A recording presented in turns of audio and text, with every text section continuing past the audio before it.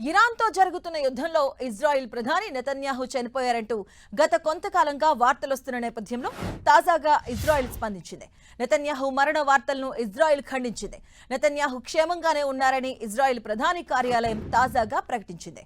Israel ప్రధాని కార్యాలయం ప్రకటనతో ఇప్పటి వరకు వచ్చిన వార్తలకు చెక్ పడినట్లయింది.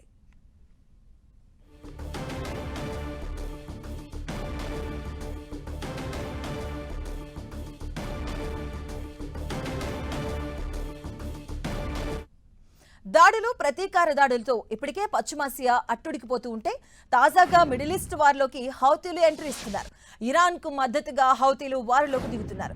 ఇరాన్ యుద్ధంలో చేరేందుకు తాము సిద్ధమని హౌతీలు ప్రకటించారు.